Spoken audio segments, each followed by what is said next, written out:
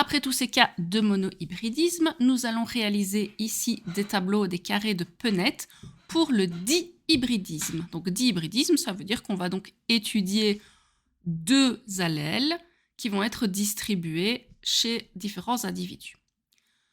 Si on étudie donc les petits pois, on peut avoir des petits pois jaunes ou des petits pois verts, des petits pois lisses ou des petits pois ridés.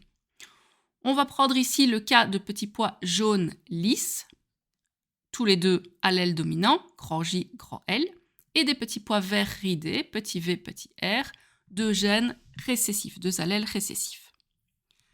Petite différence ici, lorsque l'on va distribuer nos allèles, on va à chaque fois lier les deux caractères. Donc un caractère jaune, un caractère lisse, un caractère vert, un caractère ridé, qui vont être liés ensemble. On partage dans nos petites cases et puis on fait la distribution. Premier cas, ici, premier tableau, dans la première génération, on obtient 100% de petits pois identiques qui possèdent tous au moins un J et un L, donc jaune et lisse. Mais si on croise ces petits pois hybrides entre eux, qu'est-ce que ça va donner?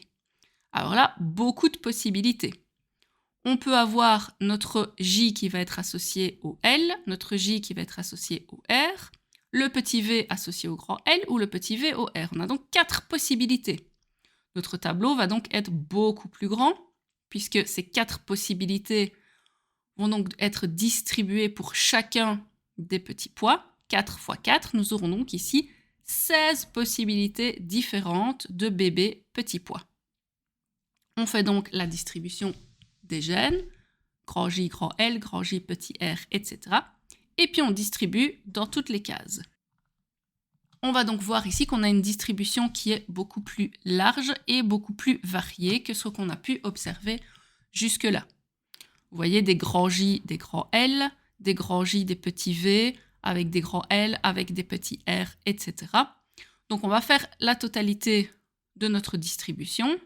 Le plus simple quand on travaille dans le dihybridisme, c'est de colorier ces cases après, de choisir un code couleur et d'aller colorier pour être sûr d'avoir alors le bon résultat et de ne rien avoir oublié.